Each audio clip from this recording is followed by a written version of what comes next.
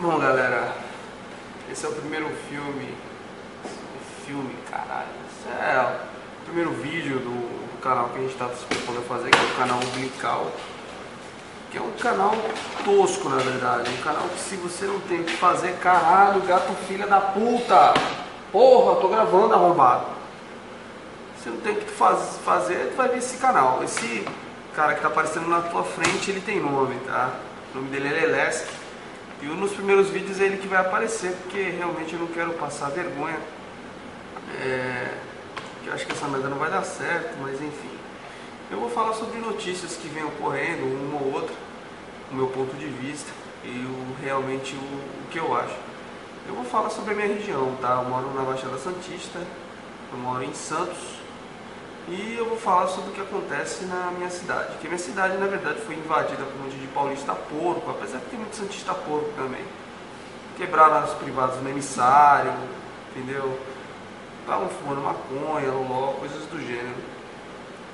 Mas vamos ver as notícias que eu tenho aqui. Porra, caralho, cadê o bagulho? A mulher, que é a Lelesk. Vamos lá, isso aqui não me interessa. O canal vai ser, acho que, um canal chato. No começo a tendência é que você me xingue ali, mas eu vou bloquear, então tu vai acabar se fudendo. Geralmente a intenção foi essa. Santos e região. Mergulhador se afoga ao fazer serviço de limpeza. Acidente acontece nesta sexta-feira em Itanhaém. A Sabesp diz que homem foi resgatado e passa bem. Deve estar passando bem pra caralho, né? Se afogou com produto de limpeza e deve estar limpinho por dentro. Deve dar uma beleza. Humorista Ari Toledo se apresenta em Santos nesse sábado. Porra, caralho, sensacional. Sou mais um Comédia na Areia, tá? Puta que pariu. Policial reage ao assalto e mata suspeito. Lelesk, qual é o seu ponto de vista? Ok. Homem assalta na praia e foge pelo mar. Puta, esse maluco é mó pangão. Helicóptero, olha que Zé Buceta. Crime aconteceu em quiosque na Praia Grande e suspeito foi detido pela polícia militar. Homem paparapapá, tica-tica-tica, Praia Grande, tica-tica. Olha, só veio o resgate, cara. Gente, puta que Zé Mané, ó. Puta que pariu. Praia Grande, né? Praia Grande é foda. Motoristas usam área para obras do VLT. Virou estacionamento VLT. Puta que legal, hein?